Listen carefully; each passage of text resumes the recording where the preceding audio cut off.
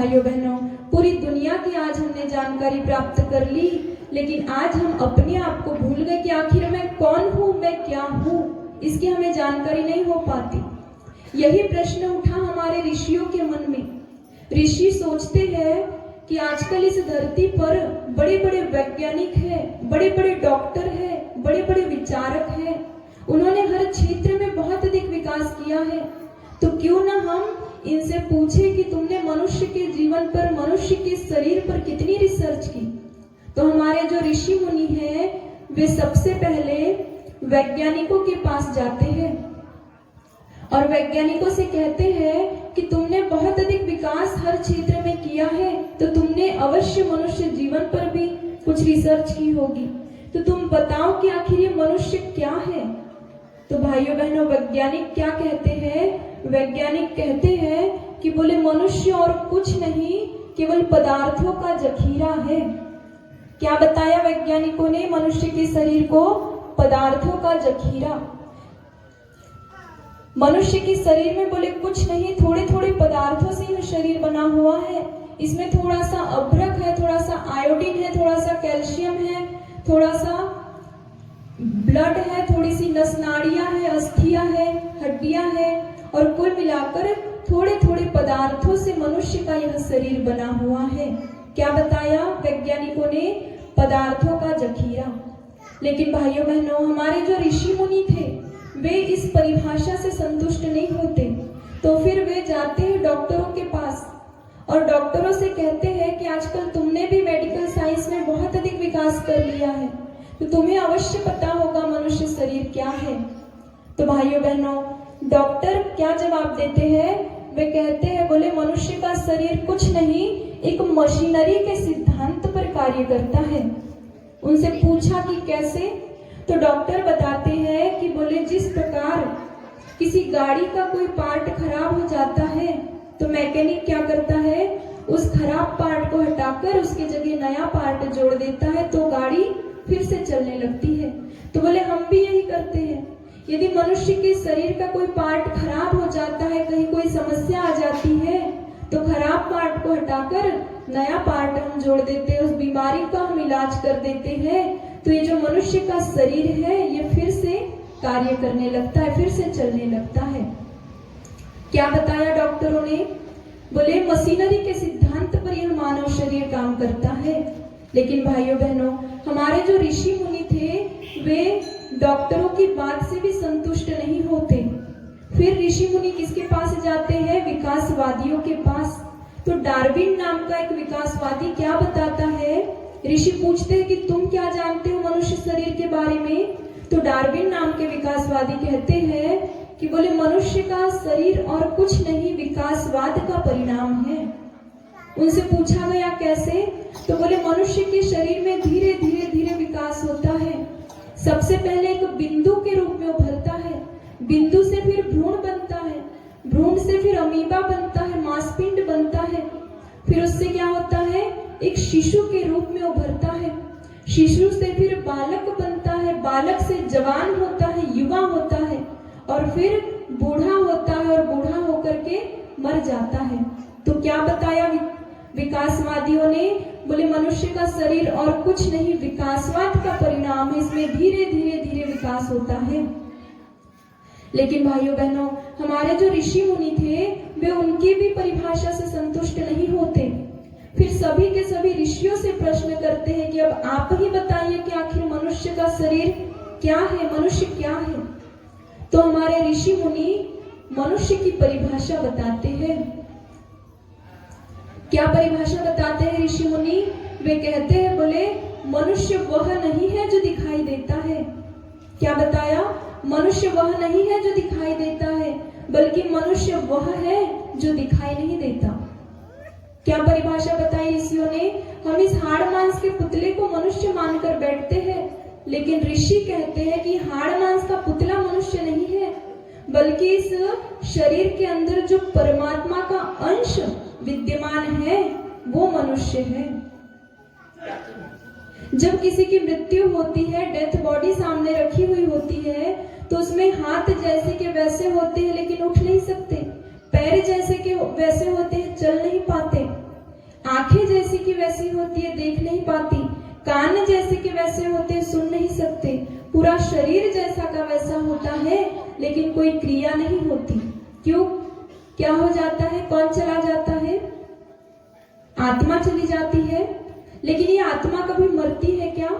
भगवान श्री कृष्ण ने इस विषय में लिखा है गीता में। क्या लिखते हैं वे? नैनम छिन्दन्ति शस्त्राणि नैनम दहति पावकः न चैवम क्लेद्यं त्यापो न शोषयति मारुतः। इस आत्मा को कोई अस्त्र शस्त्र काट नहीं सकता, कोई आग इसे जला नहीं सकती, कोई पानी इसे गीला नहीं कर सकता, कोई वायु इसे उड़ा नहीं सकती। कैसी है आत्मा? अजर है, अमर है, अविनाशी है। आत्मा कभी मरती नहीं है। भगवान श्री कृष्ण कहते हैं जिस प्रकार मनुष्य पुराने वस्त्र को त्याग कर नए वस्त्र को धारण करता है, ठीक उसी प्रकार ये आत्मा क्या करती है? पुराने शरीर को छोड़कर नए शरीर की तलाश में निकल जाती है। लेकिन आत्मा कभी मरती नहीं है। और मैं शरीर हूँ कि आत्मा हूँ, जिस दिन हमें इस बात की जानकारी हो जाती है, जिस दिन हम आत्म तत्व को जान लेते हैं, उस दिन सच्चे अर्थों में हमें आत्मज्ञान हो जाता है। आज यही हमें जानने समझने की आवश्यकता है। कहा जाता है आदमी लेटा जमीन पर, लोग कहते मर गया, वह बेचारा था सफर में, आज अपने घर गया। हम सभी यहाँ यात्रा करने के लिए आए हैं। कुछ वर्षों के लिए भगवान ने हमें इस संसार में यात्रा करने के लिए भेजा है, लेकिन हम क्या करते हैं? इसी संसार सागर में डूबते हुए चले जाते हैं, इसी को अपना घर समझने लगते हैं। लेकिन भाइयों बहनों, हम सभी यहाँ पर यात्री है। क्या पता कब हमारे जीवन का अंतिम दिन आ जाए और हमें अपने घर वापस जाना पड़े। इस बात को हमें हमेशा याद रखने की आवश्यकता है। हम सभी यात्री है। ऐसे ही एक यात्री था, जंगल के रास्ते कहीं जा रहा था। तो यात्री रास्ता भटक जाता है, अकेला होता है, और जब रास्ता भटक गया तो घने जंगल में वो चला गया, घनघोर जंगल में पहुंच गया। और जब घनघोर जंगल में वो यात्री पहुंचा तो उसे कानों से सुनाई आता है कि पीछे से कोई हाथी चिंघाड़ रहा है। उसे हाथी की आवाज आने लगती है। तो जो यात्री घने जंगल में फंसा हुआ था, उसे डर लगने लगता है, भय लगने लगता है, और वो तेजी से आगे की ओर भागने लगता है, दौड़ने लगता है।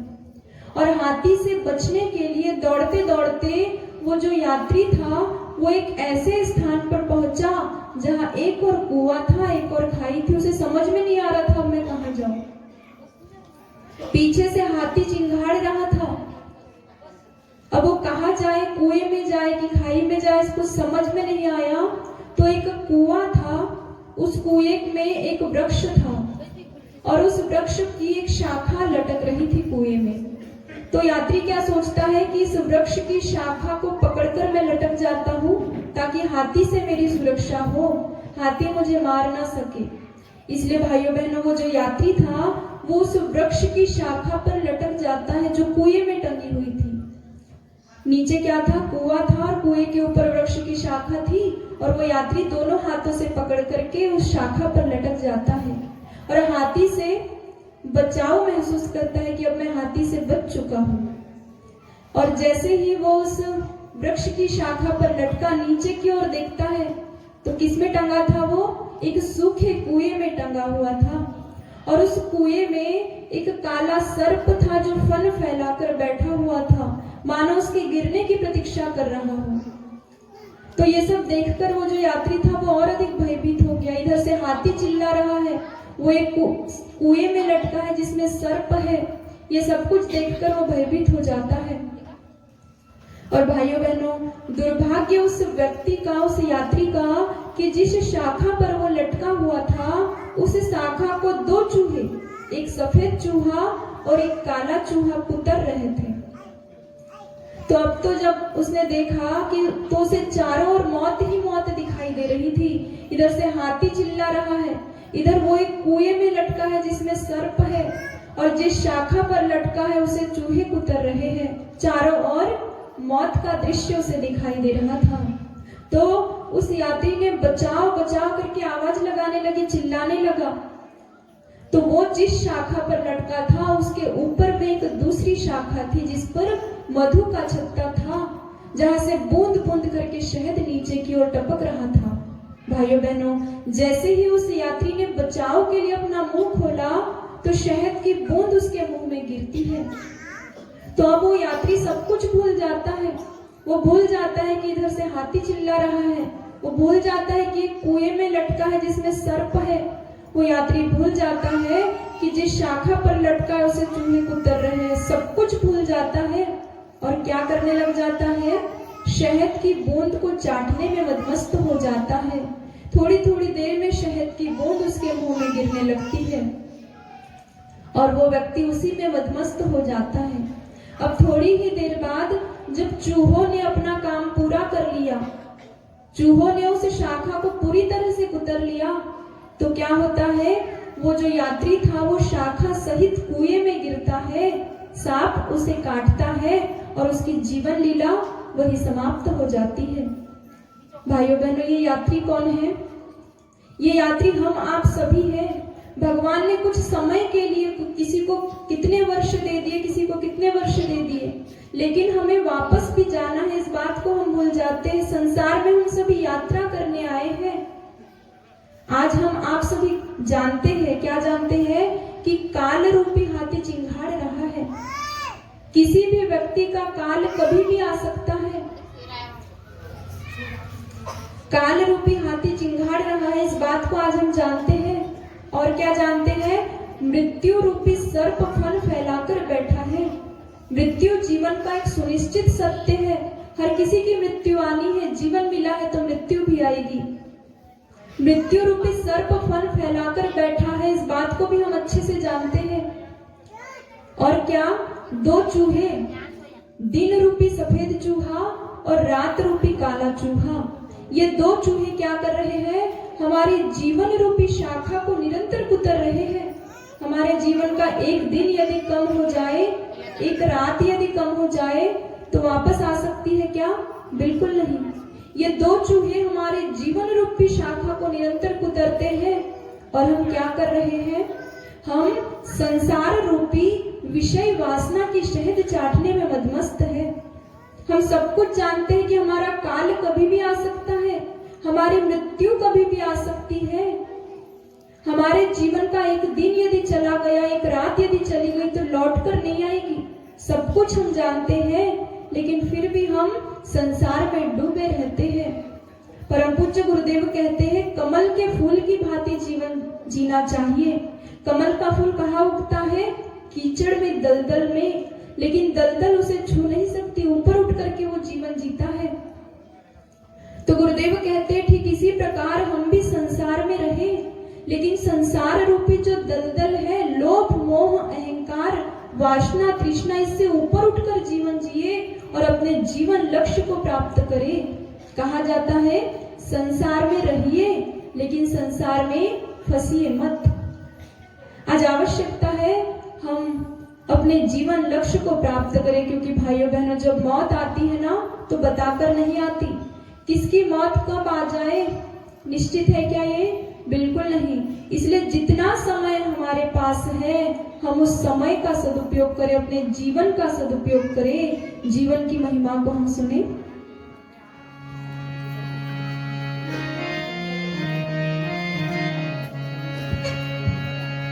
जीवन का भरोसा नहीं,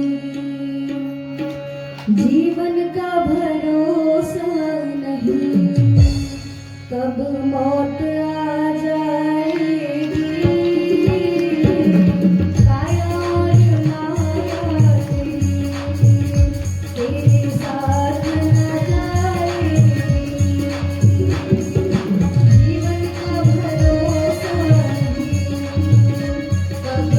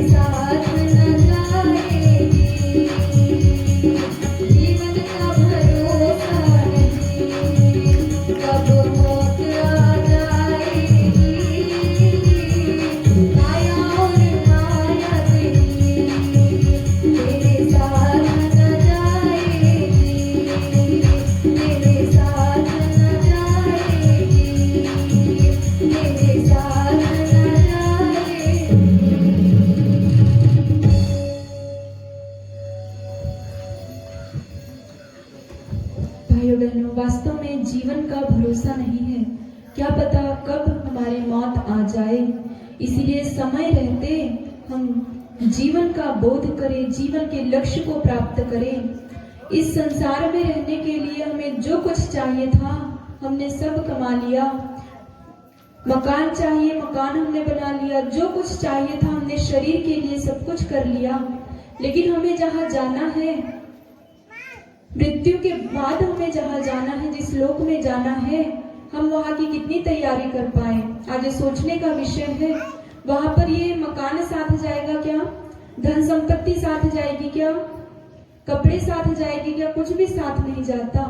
लेकिन यहाँ की तो हमने सारी तैयारी कर ली, लेकिन इस संसार को छोड़कर हमें जहाँ जाना है वहां की जो तैयारी कर लेते हैं उन्हें विवेकवान कहा जाता है। समय रहते जिन्हें वास्तव में जीवन का बोध हो जाता है वे वास्तव में विवेकवान कहलाते हैं। भाइयों बहनों, एक राज्य की बड़ी विचित्र सी परंपरा थी। 5 वर्ष के लिए व्यक्ति को राजा बनाया जाता था। 5 वर्ष तक उस व्यक्ति को राजगद्दी पर बिठाया जाता था। बहुत अच्छे से वो व्यक्ति 5 वर्ष तक शासन करता था और 5 वर्ष के पश्चात उस व्यक्ति को एक ऐसे स्थान पर जंगल में ले जाकर छोड़ दिया जाता था जहाँ पानी की भी व्यवस्था नहीं थी, कुछ खाने पीने के लिए भी नहीं था। वन्य जानवर वहां पर रहा करते थे। ऐसे स्थान पर ले जाकर उसे छोड़ दिया जाता था 5 वर्ष के पश्चात। तो कई लोगों ने अपने प्राणों की आहुति ऐसे ही दे दी। लोग 5 वर्ष के लिए राजा बनते थे, लेकिन 5 वर्ष के पश्चात जंगल में जाकर भोजन नहीं मिलेगा, पानी नहीं मिलेगा, वन्य जानवरों के बीच में रहेंगे तो कोई कब तक जीवित रह सकता है। तो कुछ ही दिनों में उनकी जीवन लीला समाप्त हो जाती थी। ऐसे ही कई दिनों तक क्रम चलते रहा। एक दिन एक विवेकवान व्यक्ति कहता है नौजवान कि बोले इस बार मैं राजा बनूंगा। तो लोगों ने उसे समझाने का प्रयास किया कि अभी तुम युवा हो, अभी तुम्हारी उम्र ही क्या है, तुम 5 वर्ष के लिए राजा बनना चाहते हो, लेकिन इसके बाद तुम्हें मृत्यु मिल जाएगी, तुम्हें मरना पड़ेगा, तुम क्यों अपने प्राणों की आहुति दे रहे हो। लेकिन वो विवेकवान व्यक्ति कहता है कि बोले नहीं, इस बार मैं ही राजा बनूंगा। और वह व्यक्ति राजा बना, उसका राज तिलक हुआ, राजगद्दी पर उसे बिठाया गया। और जैसे ही जिस व्यक्ति का राज तिलक हो जाता है तो सारे अधिकार उसके पास आ जाते हैं। फिर वो मंत्रियों को आदेश देने लगता है, सैनिकों को आदेश देने लगता है और राज्य का प्रत्येक व्यक्ति फिर राजा की बात को मानता है। तो जैसे ही वह नौजवान व्यक्ति राजा बना, राज तिलक हुआ, तो राज तिलक होने के बाद पहले ही दिन वो कहता है कि बोले इस राज्य को मैं बाद में देखूंगा, जिस राज्य पर मैं बैठा हूँ इसको तो मैं बाद में देखूंगा, लेकिन सबसे पहले मुझे ये बताइए कि मुझे 5 वर्ष बाद कहाँ जाना है, उस स्थान का पहले मुझे पता बताइए। तो लोगों ने बताया कि उस जंगल में तुम्हें जाना है। तो भाइयों बहनों, वो राजा ने सैनिकों को आदेश दिया, मंत्रियों को आदेश दिया और जिस जंगल में उसे जाना था 5 वर्ष के पश्चात, वहां पर क्या किया, वहां पर कुएं खुदवाए, वहां पर सड़कें बनवाई, वहां का निर्माण कार्य प्रारंभ किया, फूलों के फलों के वृक्ष वहां पर लगाए, वहां की सफाई की, बहुत अच्छा वातावरण 5 वर्ष में बनकर के वहां का तैयार हो गया। बहुत अच्छा नहरें बना ली, कुएं नदियां वहां बहने लगी, फल फूल के वृक्ष बड़े हो गए 5 वर्ष में, सड़कों का निर्माण हो गया, भवनों का निर्माण हो गया, अस्पताल बन गए, बहुत अच्छा शानदार वातावरण वहां का तैयार हो गया। तो जैसे ही 5 वर्ष उस व्यक्ति के समाप्त हुए, रात के 12 ही बजे उसे उस जंगल में जाना था। तो राज्य के सभी लोग एकत्रित हुए और उस व्यक्ति को लेकर के वहां जंगल में पहुंचे। तो वहां का जो वातावरण था जंगल का, वो देख कर के राज्य के सभी लोग कहने लगे कि बोले अब हम भी तुम्हारे साथ यही रहेंगे, इतनी सुंदर जगह को छोड़कर जाने का मन नहीं करता। कहने का मतलब ये किसकी कहानी है, ये मनुष्य के जीवन की कहानी है। इस संसार में रहने के लिए हमें जितनी चीजें चाहिए थी हमने सब एकत्रित कर ली, लेकिन इसके बाद हमें जहाँ जाना है वहां की हमें जानकारी है क्या, वहां कौन सी संपत्ति साथ जाती है, हमने उसको कितना कमाया है, आज ये सोचने का विषय है। वो राजा कितना विवेकवान था, उसने सोचा कि ये जो राज्य मुझे मिला है ये तो मैं बाद में देखूंगा, लेकिन सबसे पहले उसने उस स्थान का निर्माण किया, उस स्थान के लिए साधन सुविधाएं जुटाई जहां उसे 5 वर्ष बाद जाना था।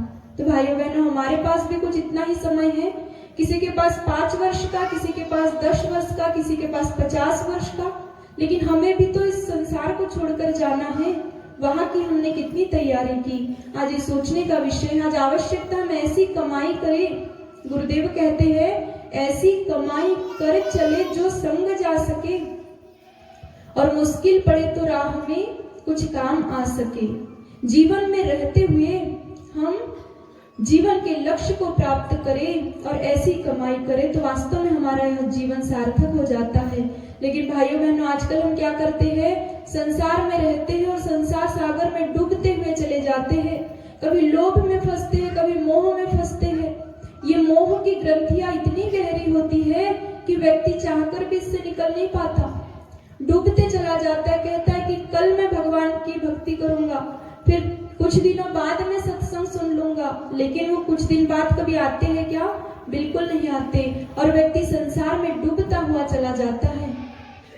संत कबीरदास जी के पास एक व्यक्ति आए तो कबीरदास जी ने कहा कि भाई तुम भगवान की भक्ति कर लो, थोड़ा भगवान का भजन कीर्तन कर लो। तो वो व्यक्ति कहते हैं कि बोले अभी तो समय नहीं है मेरे पास, अभी मेरे बच्चों की शादी करना है, तो जब बच्चों की शादी हो जाए तो फिर मैं आपके पास आऊंगा और फिर मेरा मन अच्छे से भगवान के कार्य में लगेगा। ऐसा कहकर वो व्यक्ति चला जाता है। तो समय बीतता है, उस व्यक्ति के बच्चों की शादी होती है, बच्चों की शादी होने के बाद पोते पोतियों का जन्म होता है, वे भी बड़े हो जाते हैं, लेकिन वो व्यक्ति लौटकर कबीरदास जी के पास नहीं आता। और ऐसे ही चलते चलते एक दिन उसकी मृत्यु हो जाती है। तो संत कबीरदास जी के जो शिष्य थे वे पूछते हैं कबीरदास जी से कि गुरुदेव, वो जो कुछ वर्ष पहले जो व्यक्ति आया था आपके पास, अब उसकी मृत्यु हो गई है, लेकिन मरने के बाद उसका क्या हुआ, आप हमें बताइए, हमें जानने की इच्छा है। तो संत कबीरदास जी कहते हैं शिष्यों से कि बेटा, तुम बाजार में जो नगाड़ा बज रहा है उसकी आवाज को सुन रहे हो? बाजार में वहां पर नगाड़ा बज रहा था, ढोल बज रहा था। तो शिष्य कहते कि हाँ गुरुदेव, हमें सुनाई आ रही है आवाज। तो क्या वो नगाड़ा बजाने वाला व्यक्ति है, वो उसका जन्म वहां हुआ? तो कबीरदास जी कहते नहीं बेटा, वो नगाड़ा बजाने वाला व्यक्ति वो नहीं है, जो नगाड़ा बज रहा है, जो ढोल बज रहा है, वह वो व्यक्ति है। तो शिष्यों की समझ में नहीं आता, तो संत कबीरदास जी समझाते हैं शिष्यों को। क्या समझाते हैं कि वो जो व्यक्ति आया था उसकी मृत्यु हुई और मरने के बाद उसे बैल की योनि मिली। जीवन में कोई अच्छा कार्य नहीं किया था, सत्संग नहीं सुना था, भगवान का भजन पूजन नहीं किया था, पूरा जीवन संसार सागर में डूबा था, लोभ में डूबा था, मोह में डूबा था। तो मरने के बाद क्या हुआ? बैल की योनि मिली। संत कबीरदास जी शिष्यों से कहते हैं, बैल बने हल में जुते, ले गाड़ी में लीन। जब बैल की योनि मिली तो किसान ने क्या किया? हल में जोत लिया, उसके सहारे से, बैल के सहारे से क्या चलता है खेतों में? हल चलता है। तो बैल बने हल में जुते, ले गाड़ी में लीन। और जब वो बैल हल में चलते चलते थक जाता है तो किसान ने क्या किया? बैलगाड़ी में लगा लिया, उसके सहारे से बैलगाड़ी चलने लगी। आगे संत कबीरदास जी कहते हैं, तेली के कोल्हू बने फिर लियो कसाई लीन। फिर क्या हुआ? जब वो बैल बूढ़ा हो गया तो कौन उठाकर ले गया उसे? तेली उठाकर ले गया। पहले के समय में बैलों को घानी में से घुमाया जाता था, जिससे क्या निकलता था? तेल निकलता था। तो जब वो बैल बूढ़ा हो गया तो तेली उसे उठाकर ले गया और कोल्हू में रेत दिया, उसके माध्यम से तेल निकलने लगा। फिर क्या हुआ? तेली के कोल्हू बने फिर लियो कसाई लीन। और जब वो बैल मर गया तो कौन उठाकर ले गया? कसाई उठाकर ले गया। फिर कसाई ने क्या किया? मांस कटा, बोटी कटी, चमड़े की नक्कार। उस मरे हुए बैल का मांस कटा और उसके चमड़े से क्या बन गया? ढोल बन गया, नगाड़ा बन गया। और संत कबीरदास जी आगे कहते, क्या क्या हुआ था उसके साथ? सबसे पहले मनुष्य का जीवन मिला था, लेकिन मनुष्य के जीवन का दुरुपयोग किया, कभी भक्ति नहीं की, कभी श्रेष्ठ कार्य नहीं किया, कभी भगवान के प्रति ध्यान नहीं लगाया, लोभ मोह में डूबा रहा, तो क्या हुआ? बैल की योनि मिली। बैल बना तो किसान ने हल में जोत लिया, थका तो बैलगाड़ी में लगा लिया, फिर बूढ़ा हुआ तो तेली उठा कर ले गया, मर गया तो कसाई में ले गया, काट करके चमड़े से क्या बना लिया? ढोल बनाया, नगाड़ा बना लिया। आगे कबीरदास जी बताते हैं, बोले कोई कुकर्म बाकी रहा तिस पर पड़ती मार। इतना सब कुछ उसके साथ हुआ, लेकिन अभी भी उसका कोई गलत कर्म बाकी था, जो बार बार वो ढोल पीटा जा रहा है, बार बार वो नगाड़ा पीटा जा रहा है। ये मनुष्य के जीवन की कहानी है, यही होता है। लेकिन कबीरदास जी ने जीवन जीने का एक सूत्र बताया है। वे आगे कहते हैं, चाह मिटी चिंता मिटी मनवा बेपरवाह। जब व्यक्ति के मन से चाह मिट जाती है, चिंता मिट जाती है और मन से परवाह मिट जाती है, चाह मिटी चिंता मिटी मनवा बेपरवाह, और जिसको कुछ नहीं चाहिए वही शहंशाह। इस जीवन को प्राप्त करने के बाद, इतना शानदार यह मानव जीवन मिल जाने के बाद, जिसे फिर और किसी चीज की आकांक्षा नहीं रहती और कुछ पाने की इच्छा नहीं रहती, वही इस संसार का शहंशाह बन जाता है, राजा बन जाता है। वास्तव में भाइयों बहनों, जीवन जब हमें इतना श्रेष्ठ मिला है तो इसका सदुपयोग भी होना चाहिए। लोभ मोह से उठकर, अहंकार से उठकर, वासना तृष्णा से ऊपर उठकर के हम जीवन जिए और अपने जीवन के लक्ष्य को प्राप्त करें।